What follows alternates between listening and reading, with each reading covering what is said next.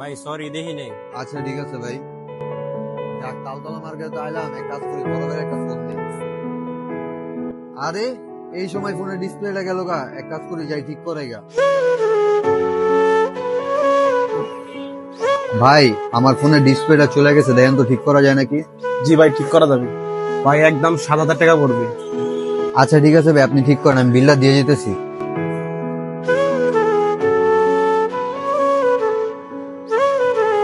এই যে ভাই, এখানে পুরা 7,000 আছে, 80 তাইলে।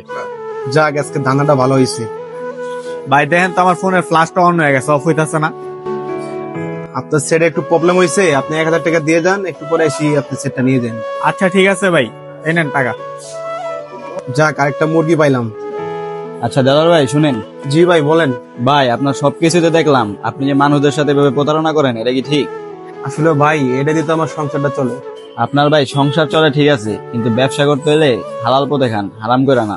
আর হয়তো এই টাকা দিয়ে আপনি দুনিয়াতে সুখ করতে পারতেছেন, কিন্তু আখিরাতে কি জবাব দিবেন? আসলে ভাই আপনি ঠিকই বলছেন, আমি আমার ভুলটা বুঝতে পারছি। আমি আজকের পর থেকে আর কখনো হারাম ইনকাম করবো না। তাহলে আল্লাহ তাআলা আমার ব্যবসার ভিতর বরকত দিবে।